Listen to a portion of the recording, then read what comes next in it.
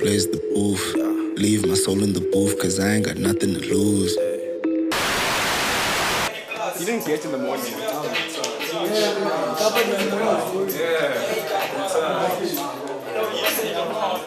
Ain't no Balancion, ain't no Gucci the boss.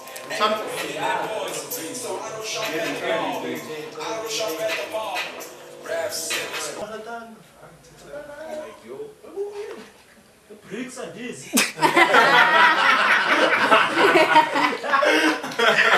Pangelana this.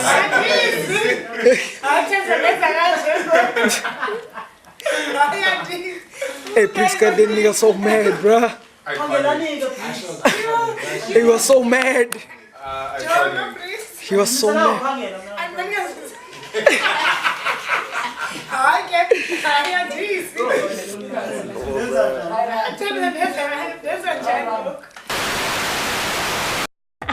What's up, guys? Welcome back to my channel. If this is your first time tuning in, then thank you so much. I got the homies in studio today. What's up, guys? What it do? It's good. Okay, you guys need to introduce yourselves. And that's what color. Oh, cool. Alvi, Donna Violis, King of the Youth, Donna Desmnandi, Donna Shampazi, Donna Kinto, put the Madlisa, put the Take Your Care, Lumsano and Kosindutuzo. What are you doing now? It's hard. Sabliso, aka TSO, aka Tso.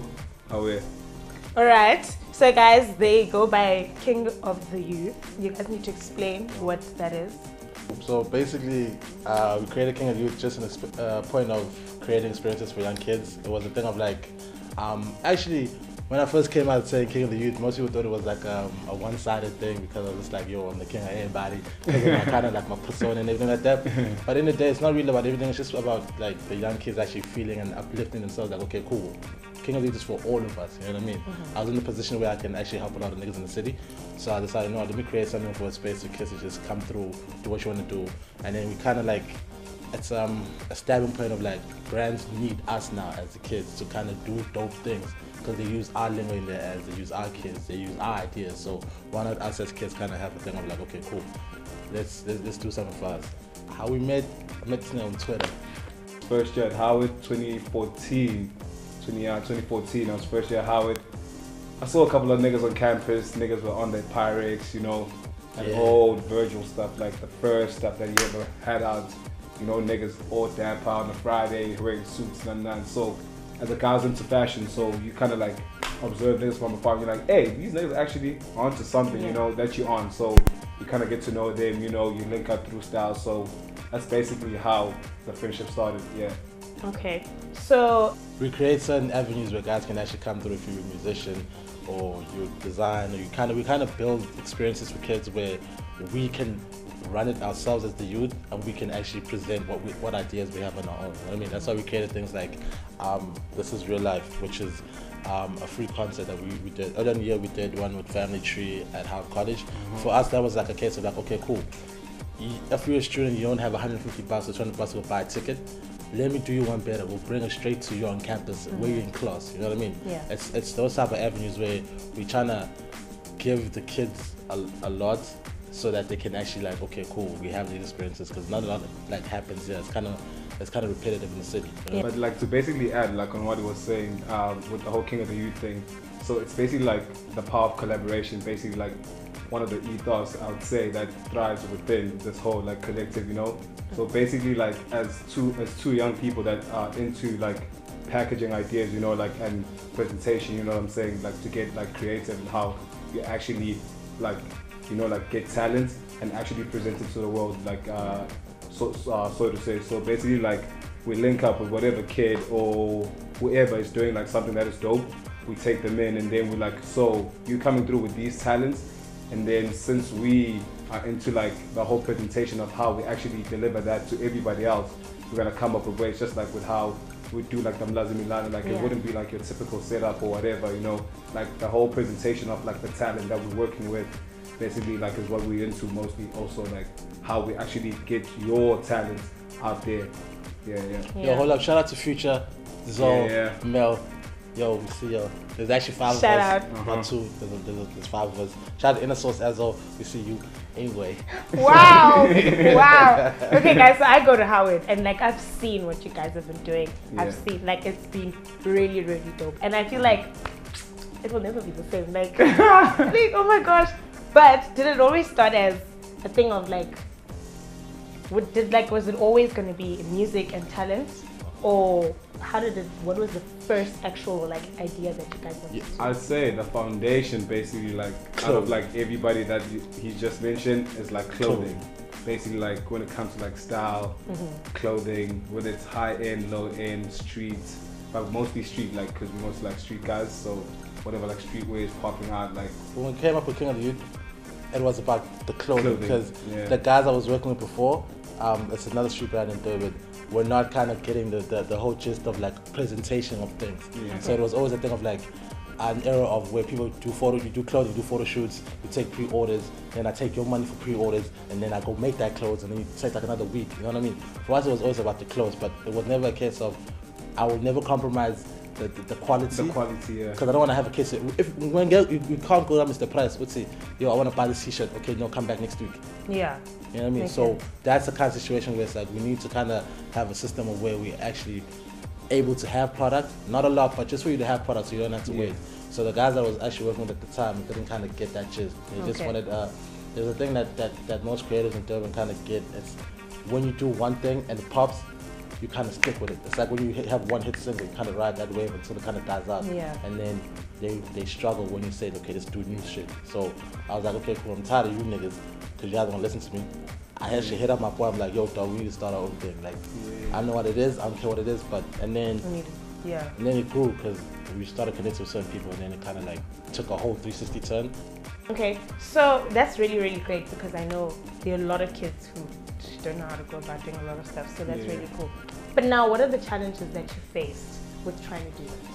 Resources are very like it needs a lot of funding, so like financially, like that's one of the constraints that you like come across basically. Yeah.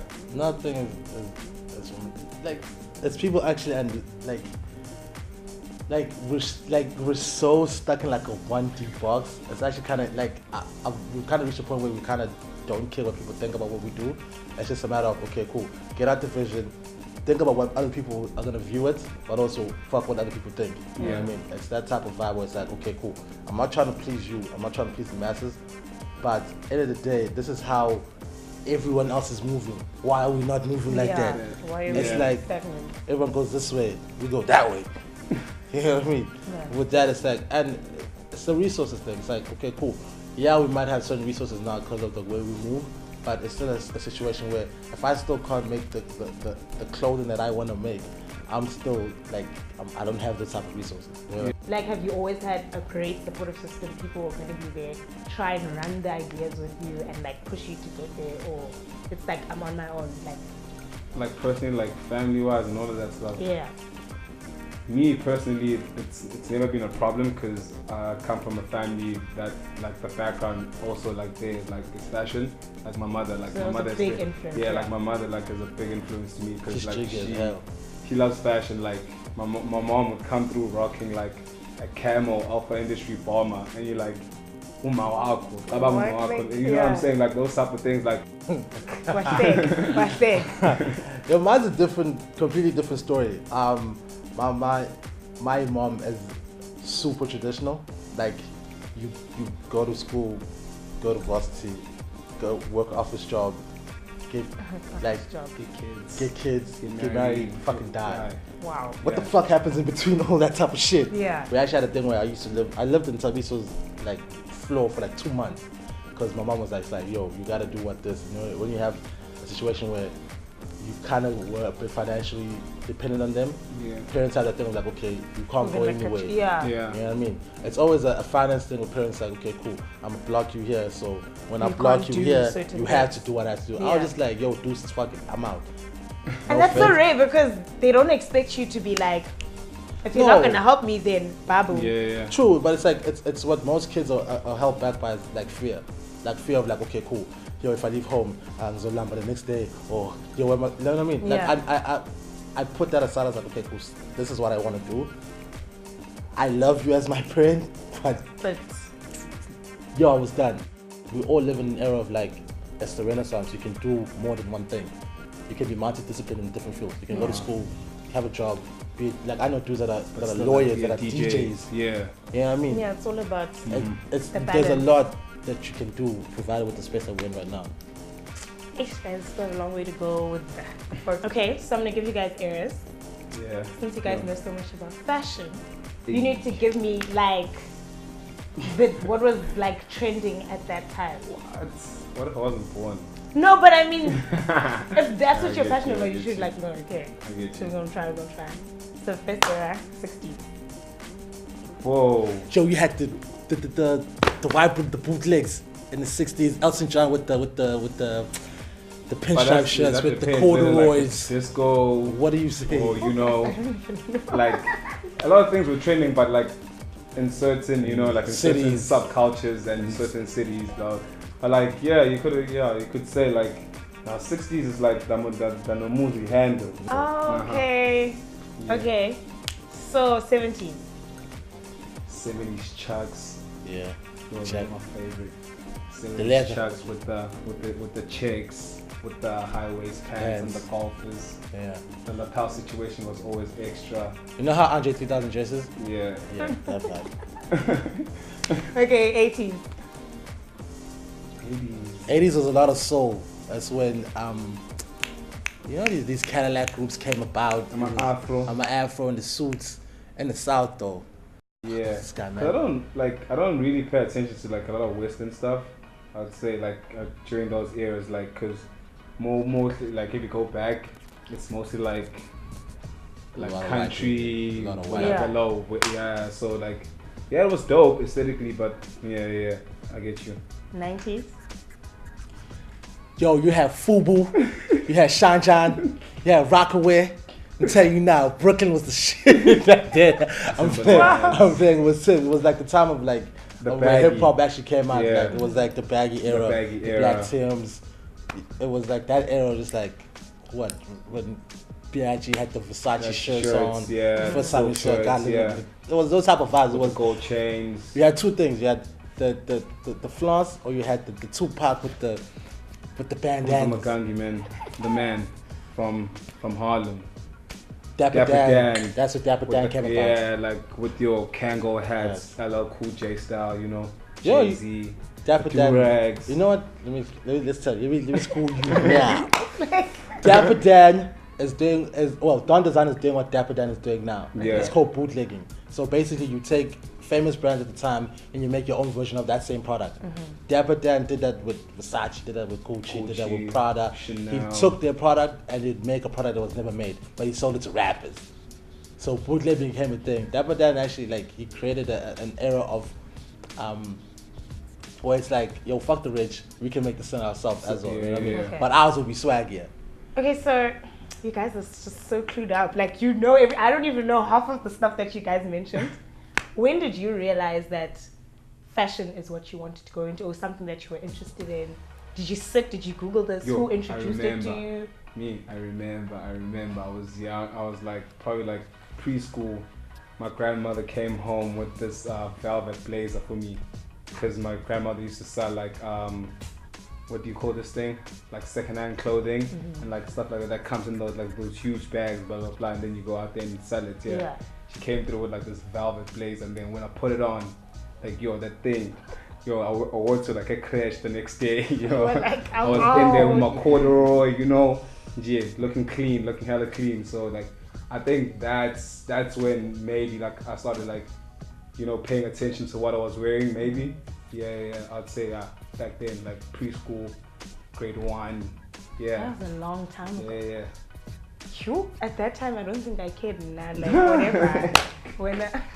I think around the same era, but with us it was my late dad. It was he'd buy clothing in threes. So if I liked the top, I bought it 3 times.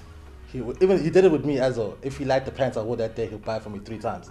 And then my mom would always be like, "Why are you buying the same thing 3 times?" It's like, I just like how it looks.